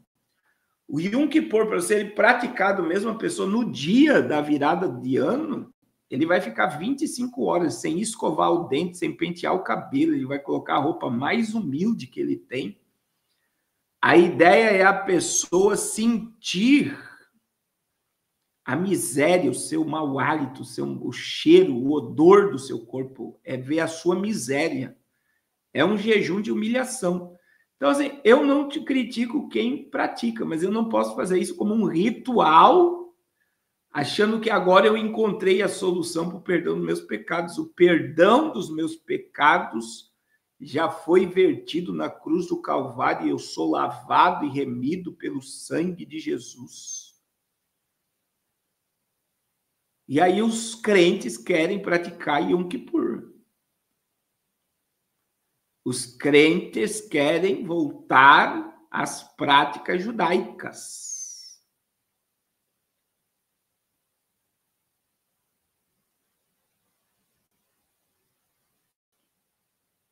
E parece que as pessoas estão tão cegas, mas a gente quer o ritualismo, parece. Ah, não, eu vou praticar. Eu vou praticar. Irmão, vem jejuar conosco todo dia, 40 dias de jejum. Deus abençoe, pastor Edivano. Vamos fazer jejum mesmo? Qual é o propósito do jejum, meu irmão? Você sabe qual é o maior propósito de jejum? Quando eu jejuo, eu estou mortificando a minha carne e vivificando o meu espírito. Esse é o jejum. Mortificar a carne. O jejum fala de render-se. A irmã Adilis está dizendo lá, é a igreja judaizante. Infelizmente, o judaísmo messiânico está no nosso meio. E aí, o problema que nem o shofar. Irmãos, existe um período para o shofar ser tocado. Se um judeu vê chofar sendo tocado em todo o culto, eles vão dar gargalhada. Isso aí é loucura. Não existe. Quando você estuda a história do kippah, das roupas, tudo tem um significado judaico. Daí o camarada coloca o kippah, coloca as roupas, achando que é a coisa mais linda do mundo. Está passando vergonha, não sabe nenhum significado objetivo daquilo. Então, veja, a gente precisa compreender, meu irmão, o que é cruz. E cruz nunca vai ser pelo que eu faço, é pelo que Jesus já fez. Quando eu entendo a cruz, não é o que eu faço que me faz ser aceito pelo céu, é o que Cristo fez que me faz ser aceito pelo céu. Se você só entendesse o que eu acabei de falar aqui, só entendesse essa parte do que eu acabei de falar aqui, não é pelo que eu faço, é pelo que ele já fez, muita coisa iria mudar na sua vida. Porque tem muita gente que acha que para você ser aceito pelo céu, você tem que fazer um monte de coisa. Nada que você faz te faz ser aceito pelo céu. A única coisa que te faz ser aceito pelo céu é o que Cristo fez por você. E aí vem o porquê eu jejuo, então, pastor? Porque eu me rendo. Porque eu me rendo. O jejum fala de rendição. Eu estou rendendo a minha natureza humana, a vontade e o propósito de Deus na minha existência. Então, eu não estou fazendo jejum, né, para ser perdoado. Eu estou fazendo jejum para eu render essa carne que nunca se converteu, essa miserável. Ô carne miserável, nunca se converteu. A tua carne nunca se converteu. Então você tem que subjugar a tua carne. Você tem que mortificar a tua carne. Tem pessoas tomando água, a irmã Marilise Santos, tem pessoas que estão tomando água do Jesus. Então, quando eu estou jejuando, eu estou me rendendo. E é uma adoração. O jejum é uma adoração. O jejum é uma adoração. Porque você está abrindo mão dos desejos da tua carne para se submeter a um propósito, à vontade de Deus. Miserável homem que somos, né? Disse Paulo, miserável homem que sou, porque aquilo que eu quero fazer, eu não faço. E aquilo que eu não quero, eu faço. É o que eu não quero que me domina. Que triste, né? Irmãos, tem vários tipos de jejum na Bíblia e eu não vou explicar aqui agora. Me desculpe, mas é bom vocês... É só você... Use o Google, né? Coloca lá no Google, tipos de jejum na Bíblia. Você vai ver o tipo de jejum só de legumes e frutas. Você vai ver o jejum absoluto, né? Que é sem água, sem comida. Você vai ver o jejum parcial, que é com água. O jejum no deserto foi parcial. Jesus bebeu água no deserto. Jesus bebeu água no deserto. Pastor, Jesus bebeu água? Bebeu. Você vai ver que Jesus teve fome, ele não teve sede.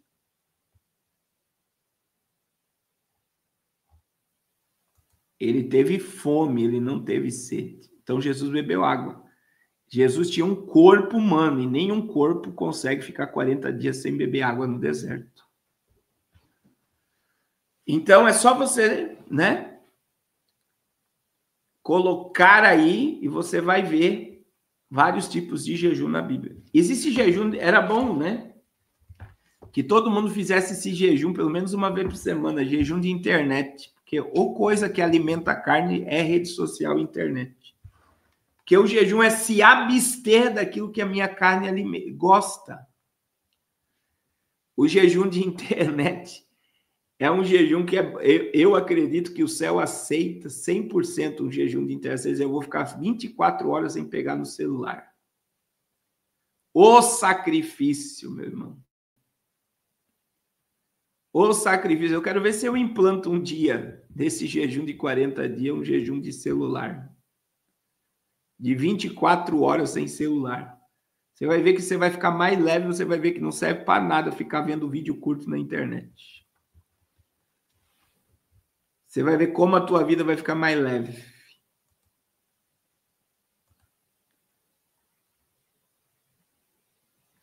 E já está virando tendência, né? Qual é a tendência que está vendo? As pessoas estão comprando telefone antigo para sair de rede social.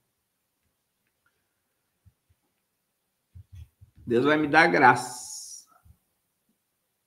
Deus vai me dar graça. Deus vai me dar graça, Pastor Carlos Vieira. Amém? Meus irmãos, é o detox da internet. Gostei da frase. Irmãos,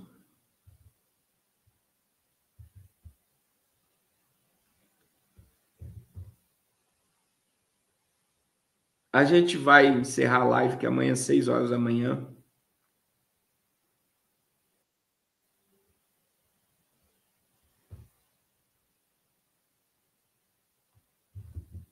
Amanhã. É verdade, Carlos Vieira, é difícil. 6 horas da manhã nós estaremos aqui. Mas a Bíblia nos convida, irmãos, para mim concluir essa fala, ore pela paz em Israel. Amém? Orem pela paz de Israel. O jejum de Coca-Cola seria uma maravilha que ninguém tomasse mais Coca-Cola. Amém? Deus abençoe a todos. Né? Não foi uma pregação, foi um estudo, mas eu reconheço que eu preciso voltar a pregar nas lives. Amém? Irmãos, feche seus olhos, vamos fazer uma oração em nome de Jesus. Irmã como é que é? A irmã que está perguntando lá no Instagram quando é que a gente vai na América, eu vou estar nos Estados Unidos agora do dia 7 ao dia 22 de outubro. Do dia 7 ao dia 22 de outubro. Os irmãos que me seguem dos Estados Unidos, irmãos, entrem em contato comigo. Foi até bom a irmã tocar nesse assunto. Os que tiverem na minha rota e eu puder visitar, entre em contato comigo que eu vou na sua casa fazer uma oração. Só não posso tomar café da manhã. Mas os irmãos dos Estados Unidos, né? Eu vou estar na Flórida e vou estar em Nova York, Filadélfia. Acredito que eu vou estar em Boston, vou estar pregando em algumas igrejas. Mas eu quero orar com você e na sua casa, com a missionária Raquel, fazer uma oração na sua casa, em nome de Jesus. Amém? Glória a Deus. Glória a Deus. Amém? Deus abençoe Odair de Goiânia. Vamos orar? Senhor, em nome de Jesus, muito obrigado por esse momento que estamos em Tua presença. A Tua palavra nos convida a orar pela paz em Israel. A Tua palavra nos ensina que Israel, Senhor, é o termômetro, é o relógio profético para essa última hora. Pai, que diante de tudo que nós estamos vivendo no Brasil e no mundo, haja um despertamento no coração da Tua igreja, de santidade, de separação, de rendição à Tua vontade. Nos ensina, nos instrui, nos capacita. Abre os céus sobre a nossa vida, Pai. Oh, Deus, que possamos permanecer firmes no propósito. Em comunhão plena contigo, nos ajuda, Senhor. Nos ajuda, Senhor, a viver em fidelidade contigo e com a Tua palavra. Oh, Deus, nos dá uma noite de descanso abençoada e o nosso jejum amanhã, 6 da manhã, Senhor, venha falar conosco de uma forma poderosa, em nome de Jesus. Glória a Deus. Irmãos, tem 2 testemunhos, só para vocês entenderem o poder, né, de alinhar a tua carne à vontade de Deus. Tem 2 testemunhos de casa própria amanhã no jejum. 2 testemunhos de casa própria no jejum amanhã. Irmão, quem não faz jejum perde. Quem faz jejum ganha. Tem 2 testemunhos de casa própria, 2 sonhos que Deus realizou. 2 sonhos que Deus realizou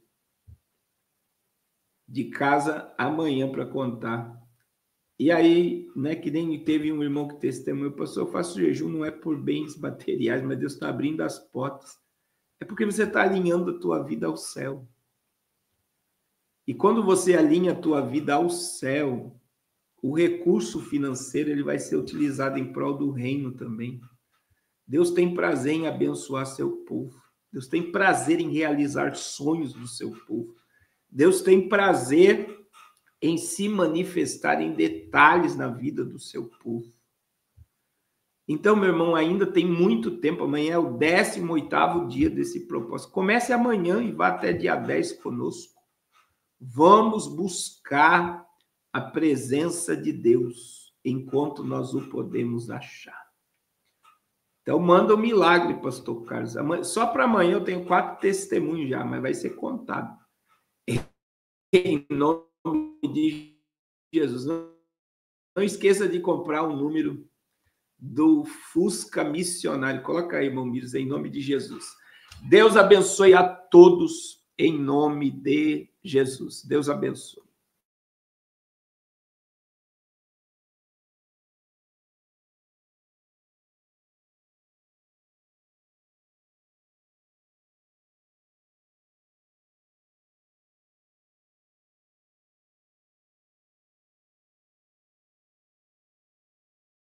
Apoiamos 32 missionários que estão na linha de frente na obra de Deus. Quando chegarmos aos 1.200 números vendidos, o sorteio será realizado. Participe, contribua e faça parte desta linda história. Grandes coisas o Senhor tem feito através deste projeto e você também pode ser parte deste mover. Não fique de fora.